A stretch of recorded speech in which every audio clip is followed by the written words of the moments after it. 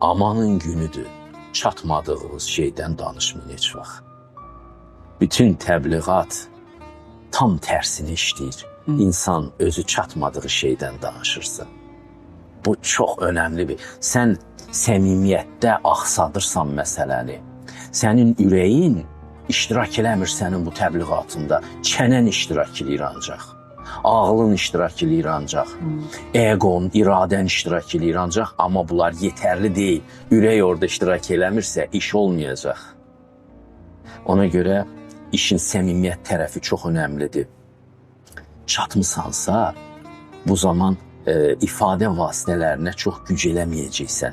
Olan bir şey özünü yaxşı ifadə edəcək. Məsələn, tam bura bir projektor qoymuşuq, softbox, onun işığı düşür. Onun işığı var deyə düşür. İşıq haqqında bağırmır o. Ona görə də, məsələn, insanlarda da bu belədir. İstəyirsən ki, təsirli bir söz deyəsən, sənin sözün təsiri sənin məqamınla müəyyənləşir.